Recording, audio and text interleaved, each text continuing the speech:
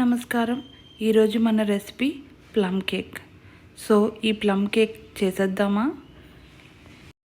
చూసారు కదా, నేను డ్రై ఫ్రూట్స్ తీసుకున్నాను. ఇవన్నీ నేను చాప్ చేసుకుని పెట్టుకున్నాను. మీరు ఒక టేబుల్ స్పూన్ ఒక్కొక్కటి తీసుకుని ఒక 1 కప్ అవుతాయి. నేను దీనిలో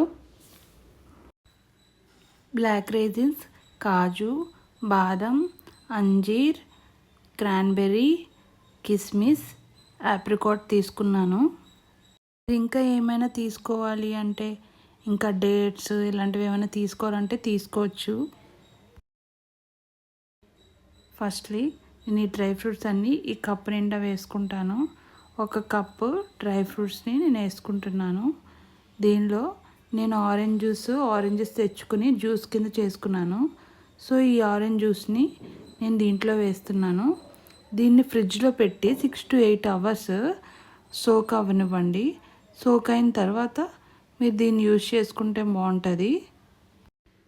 ఆరెంజ్ జ్యూస్ చేదవ్వకుండా చూసుకోండి. బయట కూడా కొంచెం సేపు అయినా అది చేదైపోతుంది. వెంటనే ఫ్రిడ్జ్లో పెట్టేసుకోండి. సో ఈ జ్యూస్ వేళ నేను సోక్ చేసుకోలేను, నేను వెంటనే ఇన్స్టెంట్గా చేసుకుంటాను అంటే నేను ఇంకొక వీడియో అప్లోడ్ చేస్తాను, ఎగ్లెస్ ప్లమ్ కేక్ అని. సో దాంట్లో అయితే మీరు చూడొచ్చు. తర్వాత ఒక బౌల్ తీసుకుంటున్నాను. దీనిలో నేను డ్రై ఇంగ్రీడియంట్స్ అన్నీ జల్లించుకుంటాను. ఫస్ట్ నేను ఒక 1 కప్ మైదా వేసుకుంటున్నాను. ఇది 125 grams ఉంటుంది.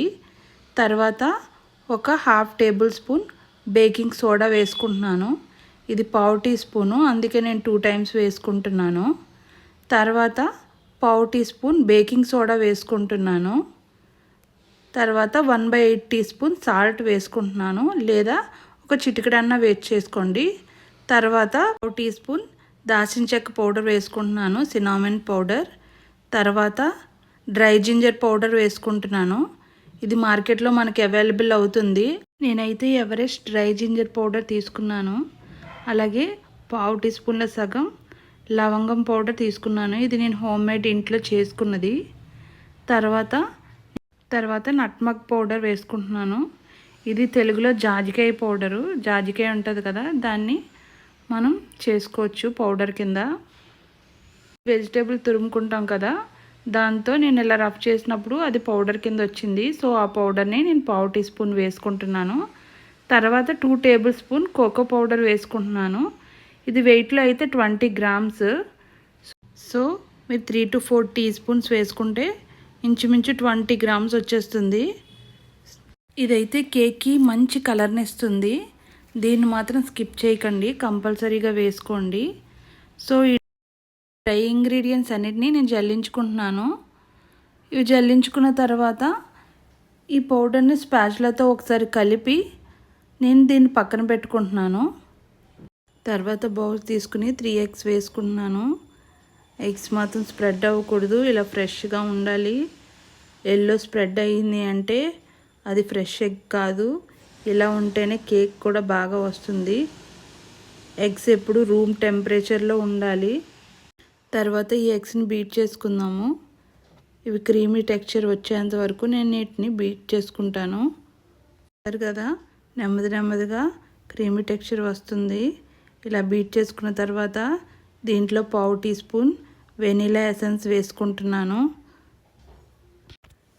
ఒకసారి ఎసెన్స్ కలిసేలా ఒకసారి బీట్ చేసుకుంటున్నాను.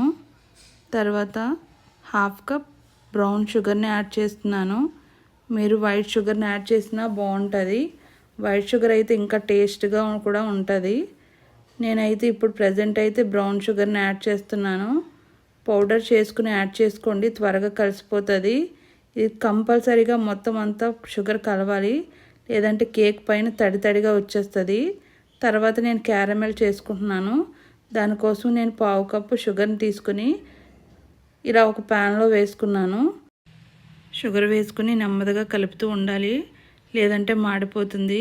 ఇలా కలిపాక ఇలా క్యారమెల్ కింద ఇలా అవుతుంది. ఇలా అయిన దాంట్లో కొంచెం వాటర్ వేసుకోవాలి. 1/2 కప్పులో సగం వాటర్ వేసుకుని మళ్ళీ కలుపుకోవాలి. ఎందుకంటే ఇది కరుగుతుంది, తర్వాత గడ్డ కట్టేస్తుంది.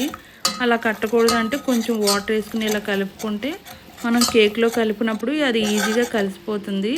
లేదంటే గడ్డలుగా ఉండిపోయి మనం కలపడం కష్టమైపోతుంది. షుగర్ వేసుకుని బీట్ చేసుకున్నాం కదా, దాంట్లో మనం జల్లించి పెట్టుకున్న ఆ డ్రై ఇంగ్రీడియంట్స్ పౌడర్స్ అన్నిటిని వేసేసుకుని దీన్ని కూడా ఒకసారి కలుపుకుందాము. హాఫ్ కప్ బటర్ని తీసుకుని నేను యాడ్ చేసుకుంటున్నాను. సో ఈ బటర్ ఎలా ఉండాలంటే ఇలా నొక్కగానే ఇలా ఉండాలి, రూమ్ టెంపరేచర్లో ఉండాలి. ఈ బటర్ వేసుకున్నాక నేను మళ్ళీ మొత్తం అంతా బీట్ చేసుకుంటున్నాను. సో ఇదంతా బీట్ చేసుకున్నాక చూసారా కలర్ ఎలా చేంజ్ అయ్యిందో, బ్రౌన్ కలర్లో వచ్చింది. ఫైనల్గా సోక్ చేసుకున్న డ్రై ఫ్రూట్స్ని కూడా నేను యాడ్ చేసుకుంటున్నాను. సోక్ చేసుకున్న డ్రై ఫ్రూట్స్ వేసుకున్న తర్వాత నేను ఓన్లీ స్పాచులాతోనే మిక్స్ చేసుకుంటున్నాను. ఇంకైతే నేను బీటర్ యూస్ చేయట్లేదు. సో ఫైనల్గా నేను చేసుకున్న క్యారమెల్ ఉంది కదా, ఆ క్యారమెల్ని కూడా దీంట్లో యాడ్ చేసుకుంటున్నాను. మళ్ళీ ఫైనల్గా మొత్తం అంతటిని ఒకసారి కలుపుకుంటున్నాను. చూసారు కదా. తర్వాత నేను ఒక పావు కేజీ టిన్ తీసుకుంటున్నాను. దీంట్లో బటర్ని అప్లై చేసుకుంటున్నాను. ఫస్ట్ అప్లై చేసుకున్న తర్వాత కొంచెం మైదా తీసుకుని మొత్తం అంతా స్ప్రెడ్ అయ్యేలాగా స్ప్రెడ్ చేసుకుంటాను. చూసారు కదా, వీడియోలో చూపించినట్టుగా మీరు అలా స్ప్రెడ్ చేసుకోండి. ఎక్సెస్గా ఏమన్నా ఉంటే మైదాని వంపేయండి. ఓకేనా. నేనైతే మ్యాక్సిమం బటర్ పేపర్ యూజ్ చేయను, ఇలాగే స్ప్రెడ్ చేసుకుని వేసుకుంటాను. సో ఇలా చేసుకోవడం వల్ల నాకు అంటుకోదు కూడా, ఈజీగా డిమోల్డ్ అయిపోతుంది. ఇప్పుడు నెక్స్ట్ చేసి పెట్టుకున్న బ్యాటర్ని అంతండి టిన్లోకి ట్రాన్స్ఫర్ చేసుకుంటున్నాను. ట్రాన్స్ఫర్ చేసుకున్న తర్వాత ఇలా డ్యాప్ చేస్తున్నాను, ఎందుకంటే ఎక్కడైనా బబుల్స్ ఉంటే అవన్నీ పోతాయి. సో నేను ఒక గిన్నెలో ఇలా స్టాండ్ పెట్టుకుని పైన ఈ కేక్ టిన్ని పెట్టేసి మూత పెట్టేసుకుంటున్నాను. ఓటీజీ మైక్రోవేవ్ అయితే 160 డిగ్రీస్లో 35 to 40 మినిట్స్ కుక్ చేస్తే అయిపోతుంది. ఫైనల్గా డెలిషియస్ ప్లమ్ కేక్ రెడీ అయింది. ఈ క్రిస్మస్ని ఈ ప్లమ్ కేక్తో మీరు హ్యాపీగా సెలబ్రేట్ చేసుకోండి. మా రెసిపీ ట్రై చేయండి. మీకు నచ్చితే లైక్ చేయండి, సబ్స్క్రైబ్ చేయండి. Thank you for watching.